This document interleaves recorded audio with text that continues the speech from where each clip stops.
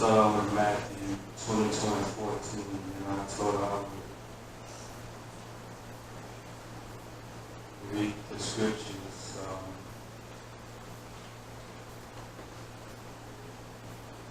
The basis of tonight is going to be Matthew 22 and 14, or shall I say that's where I'm going to start.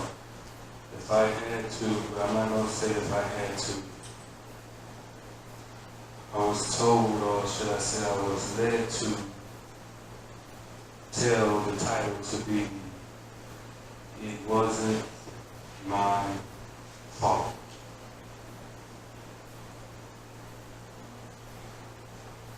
It wasn't my fault.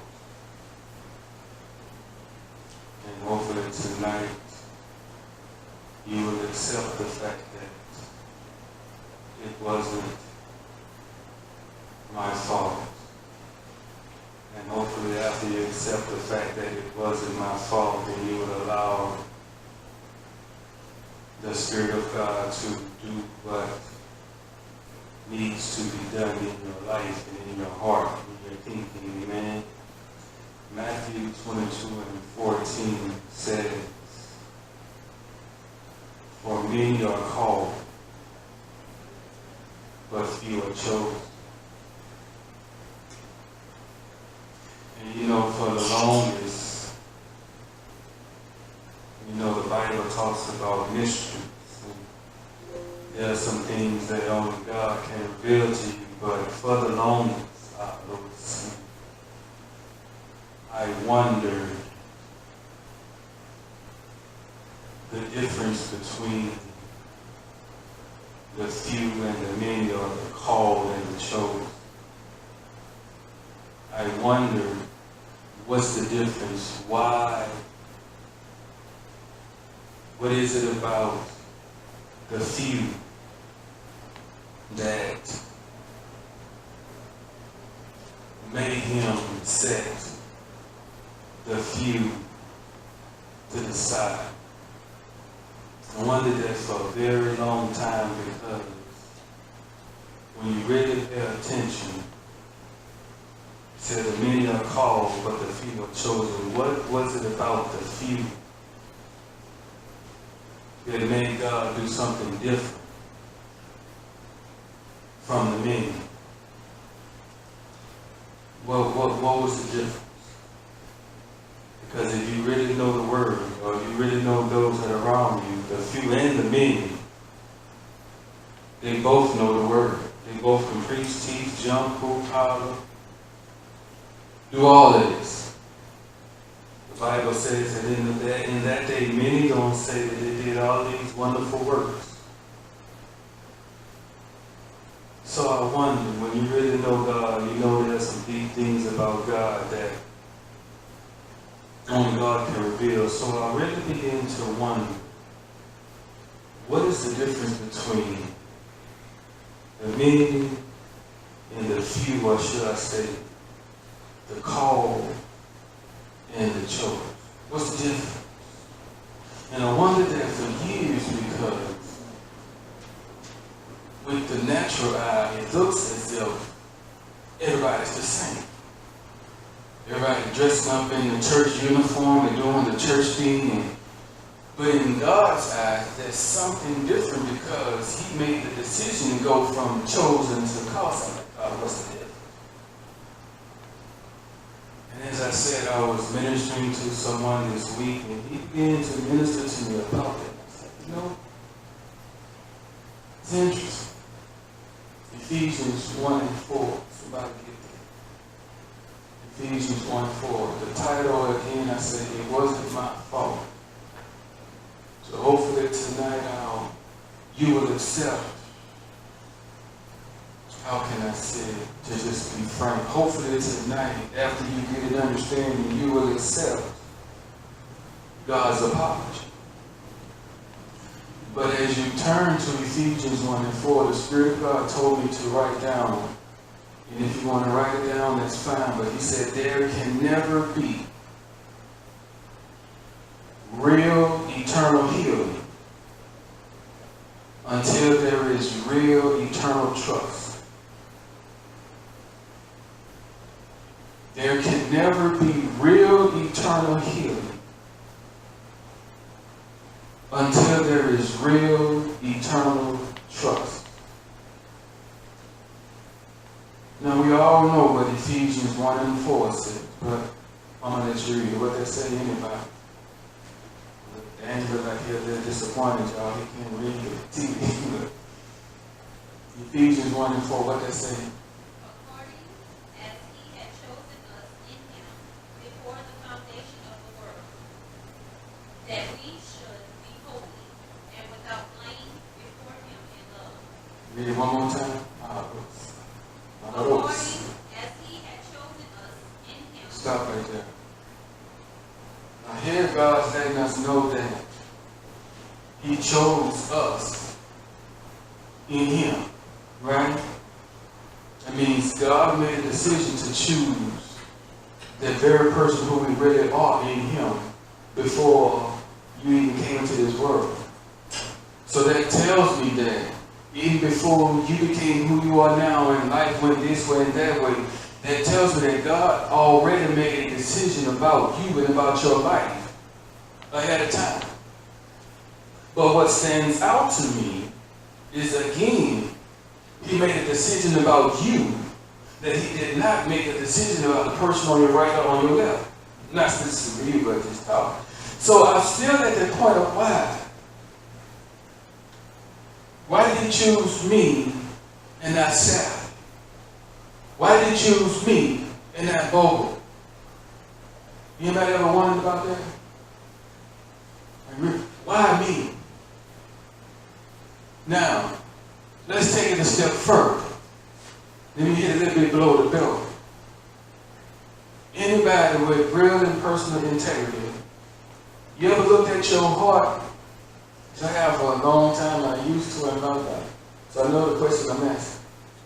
You ever looked at your heart, or should I say the condition of your heart, and say, God, why me?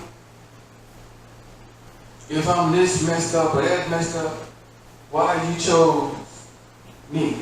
I'm sure somebody out there is way more qualified or way more this or way more that, but instead of choosing somebody out of the many, you chose me. You ever wondered why? Just it ain't no long, just why? Why me? What is it about me that made you make a decision? And I'm looking at myself, I see who I am, I'm looking at my heart, I'm looking at my character, I'm looking at this and I'm looking at that, but yet you chose me. Anybody ever ask God that?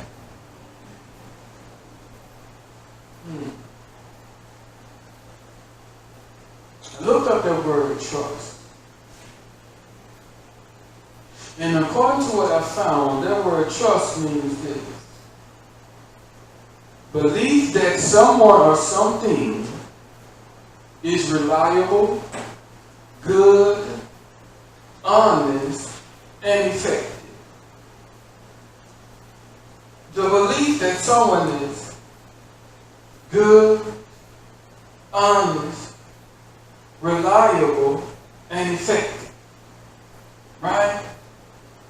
So when I gathered my thoughts on what trust could really mean as far as on the man's side, I couldn't help but really realize if God chose me, that means He trusted me then. He had to have trusted me. If God is all-knowing, then that means for him to have made a decision to choose me out of 5 million or whoever was drawn in, He had to have trusted me. And because we understand who God is, that trust that God allowed to be placed upon my life, that never changes, right? So that brings me to the flip side, to my first question tonight. How many in here really, truly, and I know I probably won't get any hands at all, and I'm not expecting to get any hands at all, which is the whole purpose of this question I'm getting ready to ask. But how many in here can honestly say without a shadow of a doubt full-fledged, open-heartedly, completely trust God.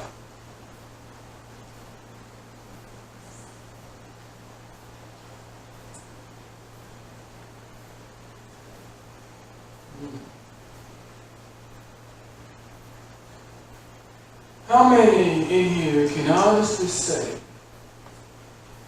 the type of trust that I have with God? No walls up, no barriers, no, just flat out wide open. Jesus, the kids gonna say that, right? But I want to show you something tonight, because the first thing that I need you to understand is this. Your trust issues with God, they did not start when you got saved.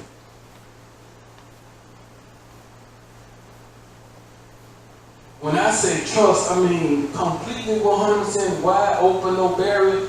Your trust issues that lie between you and God, they didn't start when you got saved. They only manifested as you begin to walk with God, and as God began to put his hands here and there and expedite, then you begin to realize, hold up, I don't trust God the way I thought I did. I don't trust God the way I need to be. I gotta trust. I may have some trust issues, but the very one that I need to be trusted, but I really, really don't, is God. But I come to tell you tonight, your trust issues, they didn't start when you got saved. Your trust issues were already there with God. God just had a way of stirring them up to show you you really don't trust me like you think you do. Somebody give me John 3 and 27.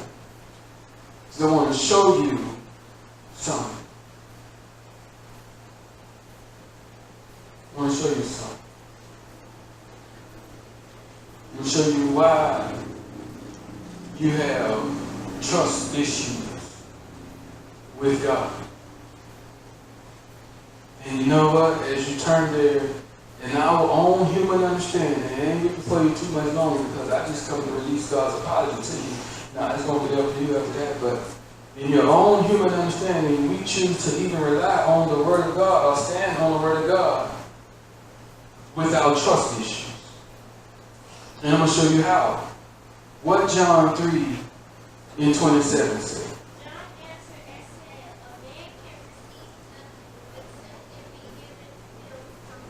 Now, we know this scripture or the other passage of scripture to mean what? Don't nothing happen, what? Oh, they quiet tonight. But what we know we say, let's be honest. When it comes down to our life and the experiences and the things that we've encountered in life, or the things that we've endured in life, what we say?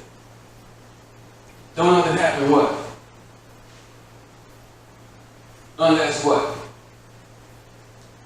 Unless God, how many of them said? Let's just be honest. How many of them said, I feel this way, I feel that way, and I can go back to standing on how I feel? Why? Because if God didn't allow it, it would never happen.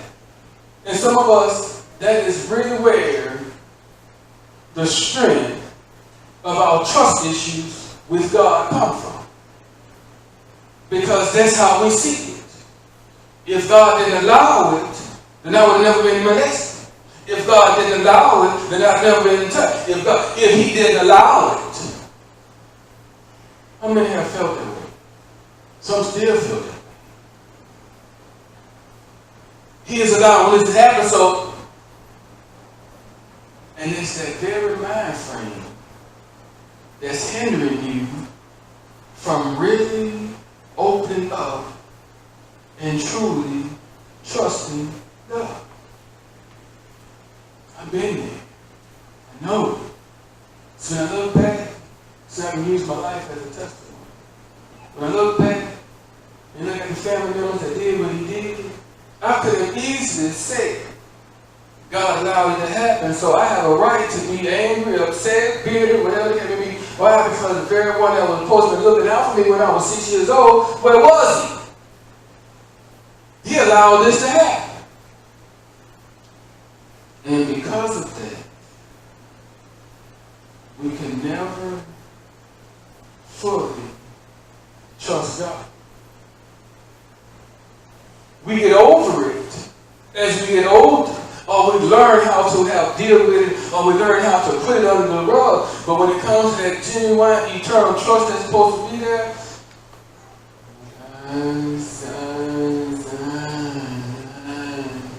I don't trust God, not like that.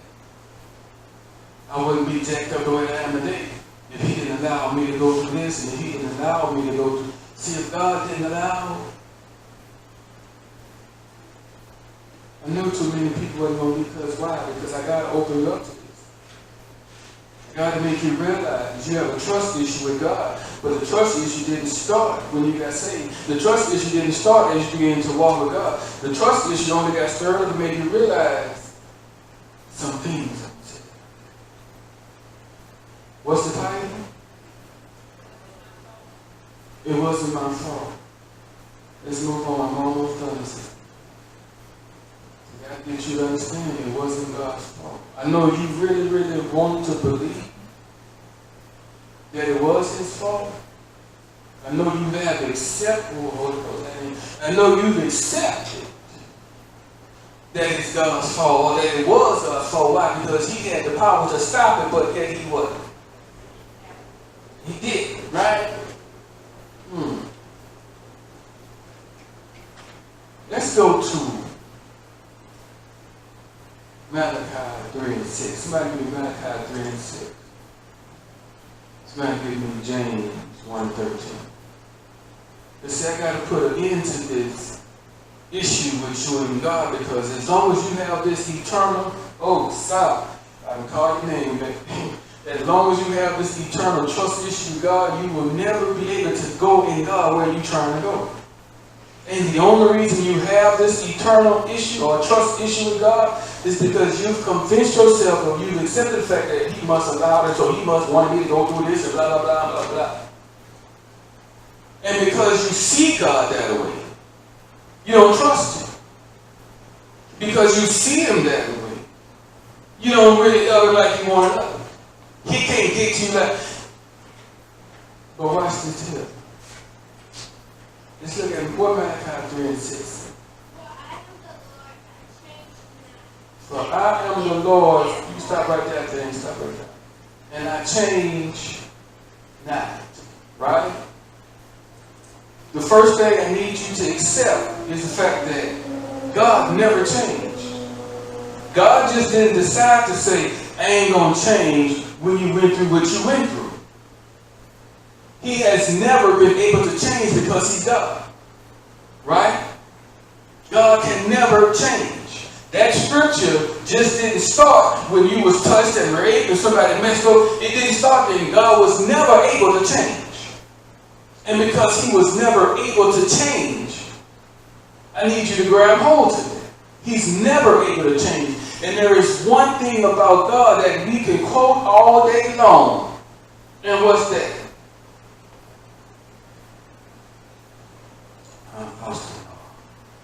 Somebody give me James 1:13.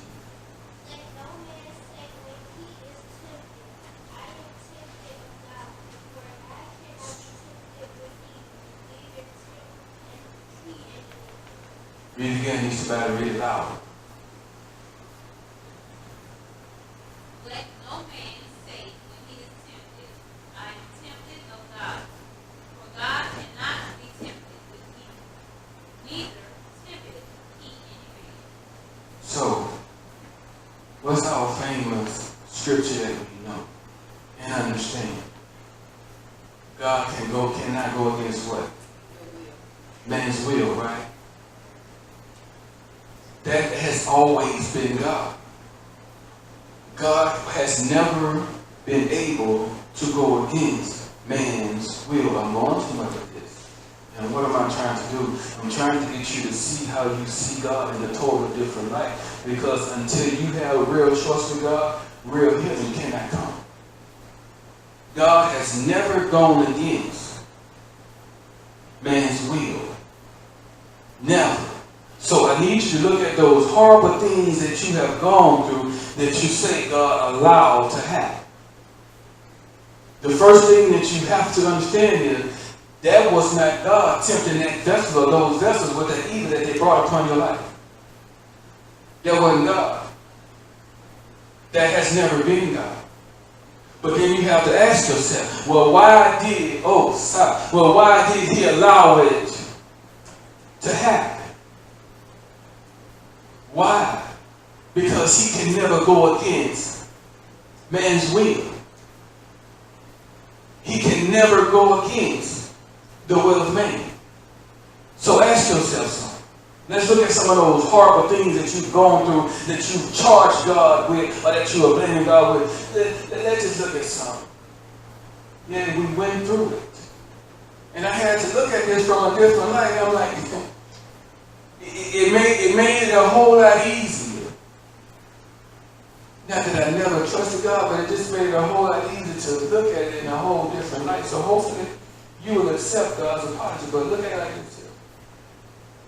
When you were going through what you were going through, there's horrific stuff that you just can't get over, that you just can't trust God with. That when you was going through what you was going through, how many of you can honestly say, I'm not trying to stir nothing up in your heart, but maybe something needs to be stirred up. But when you were going through what you were going through as far as touch, rape, molested, whatever you want to say, backstab, lied on, when you were going through what you were going through, how many can honestly say, whether it came out of your mouth or came out of your heart, how many can honestly you find yourself crying out for the one that you really figured would bring a stop to what was bruising your heart, but nothing happened?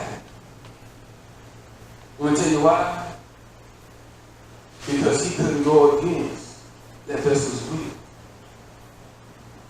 God could have been causing a hurricane, storm, and everything else to be going on around you, bringing holy conviction on that very person that's doing you wrong. But it's not in God's nature to go against man's will. He can't do it. That's just not who God is. Why do you think he say, I never change? Because that's just who God is. So when you was going through what you was going through, it ain't the fact that God was just sitting back allowing it to happen to you. Because he heard your cry. And 9 out of 10, if I just say, if I was to take a stab, and I put myself in your situation. See, when I was going through that with the family and everything, I began to wonder, God, was you really convicting him when he was doing it? Was you somehow, some way trying to stop it? Was you bringing some kind of distraction? Was you doing your part when this was happening to me? And what if he was? Which I believe he was. But even in all that he was doing to try to stop, guess what? He still couldn't go against that person's will that was doing that evil to me. He couldn't stop it. He couldn't come against his will. It ain't the fact that he didn't want to do nothing about it. It's just the fact that he created man with free will and choice. So when whatever was happening to you was happening, don't think it didn't affect God. Because it did.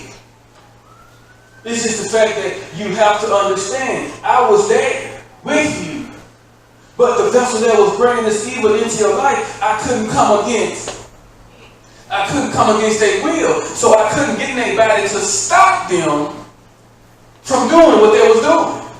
But I was still right there. And I said, you know, God, I never looked at it like that. And I really, that one question really began to ponder in my mind. God, when he was doing what he was doing, I really thinking, God, when he was doing what he was doing, what was going on around him? What was going on in his mind? What was going on in his heart? Was there an earthquake? What were you trying to do to prevent this? Because you knew it was going to affect me for the rest of my life. What were you doing? Why didn't he stop? Why didn't you force him to stop? Because I couldn't go against Give it to God, Brie. I know God mentioned to you. Give it to God. I couldn't go against his will.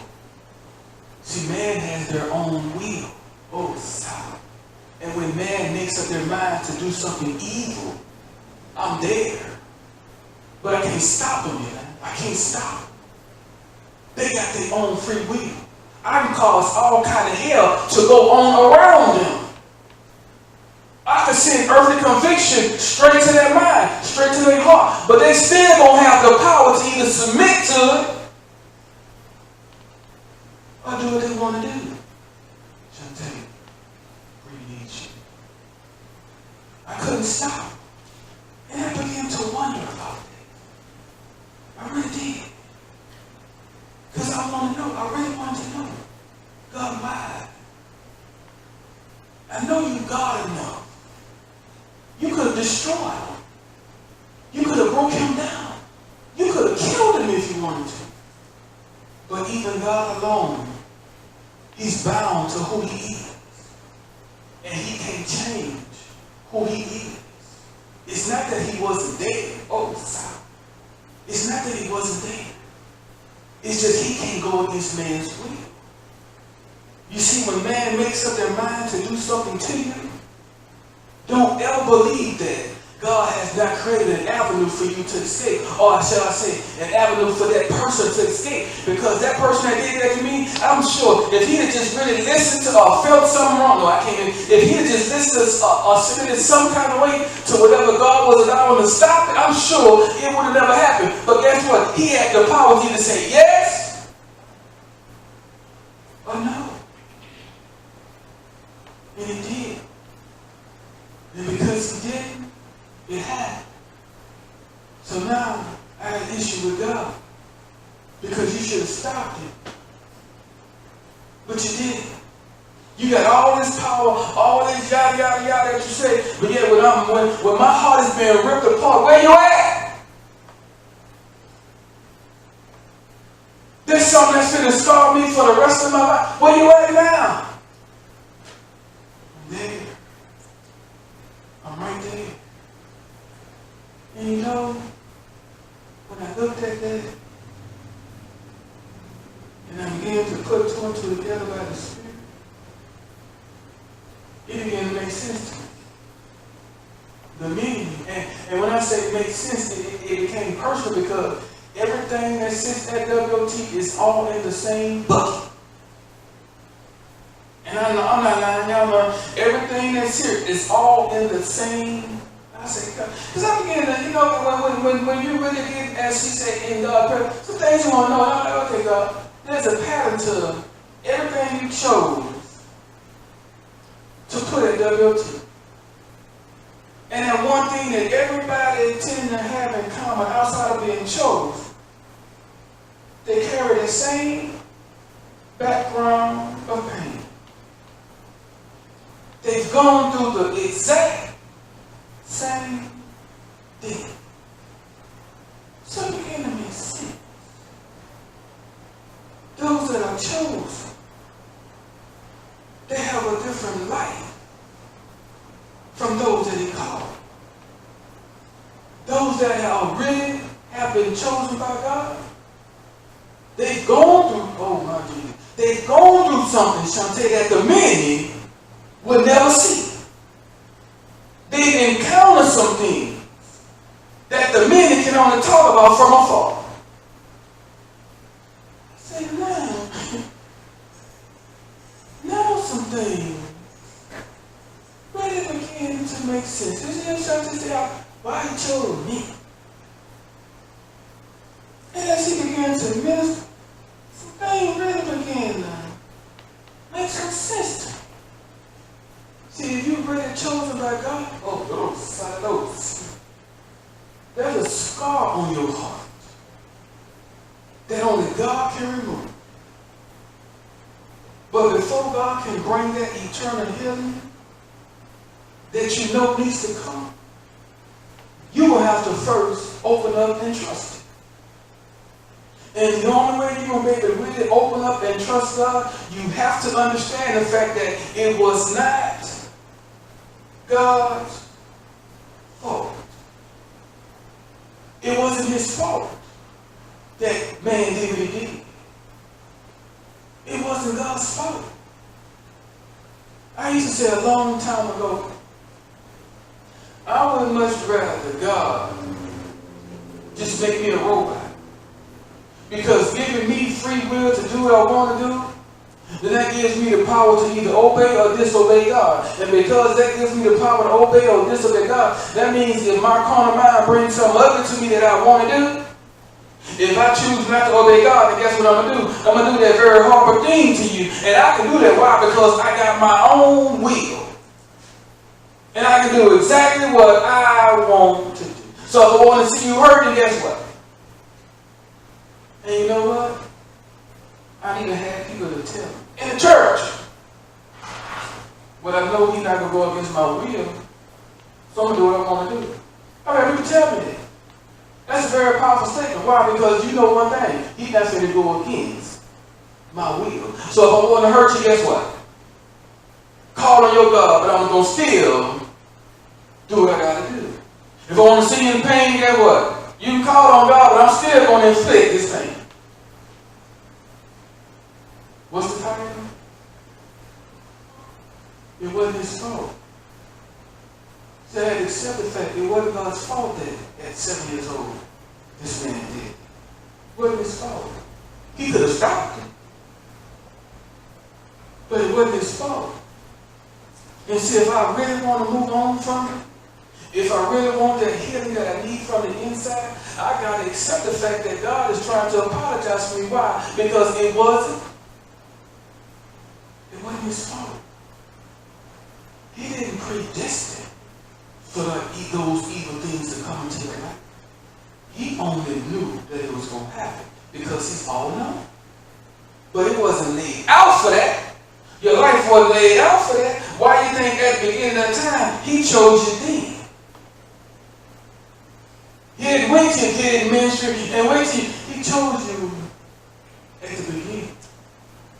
So because he chose me at the beginning, then that tells me that my heart has the capabilities of being exactly who God chose me to be. That means I have the power to walk in the very person that God knew I was going to be when he chose.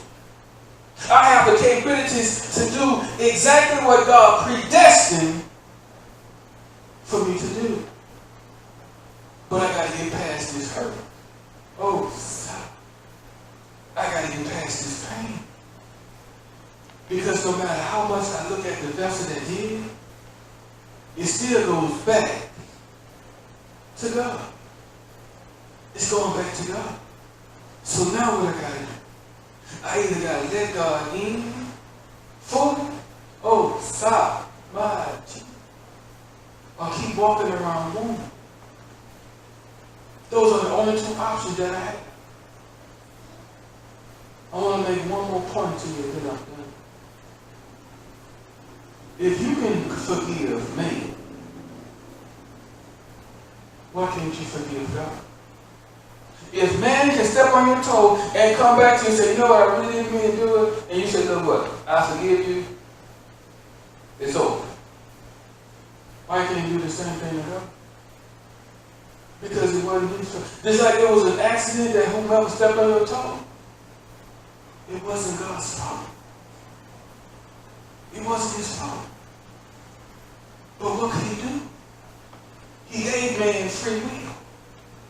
So man gonna do what man want to do regardless. Man can know every verse of scripture in that Bible and still go choose to do exactly what they want to do. Regardless of what the scripture telling you you're supposed to do, you ain't supposed to do, we still ain't gonna do what we want to do.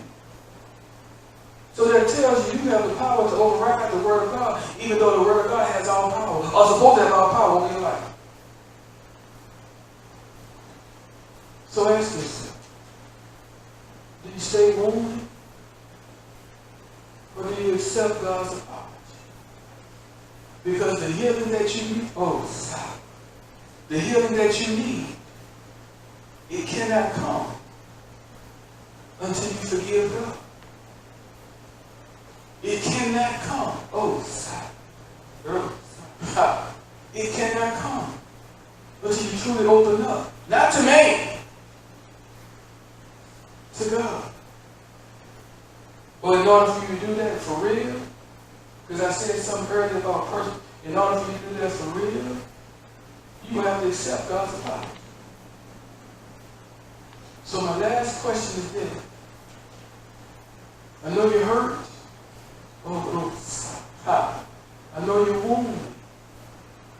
But my question to you is this. Is there anybody that's willing to accept God's apology? Is there anybody really willing, accept the fact that God is saying, it wasn't my fault. See, you've been carrying around this grudge for God for so long. Blaming God because He allowed you to go through what you went through. He allowed it to happen to you. He allowed, He's God, blah, blah, blah. But it wasn't His fault. It wasn't God's fault. So I extend to you, my Father's apology. I extend to you. As deep as your bread. My question to you, and I'm going to say, do you accept His apology? Because I promise you, there will be no eternal healing until you open up and trust God. And the only way you're going to really be able to trust God, you have to take Him off the hook. You have to let God off the hook. And let God be God. Because God didn't make man do nothing. Man chose to do what he wanted to do. That's not on God. God knew this was going to happen to you way before the foundation of the world. And He made plans. You know what? Because you have gone through such a thing, my child, I have a life for you. Unlike any other. But my question is, can you accept His apology? Can you let Him off the hook? My Jesus. Can you let Him off the hook?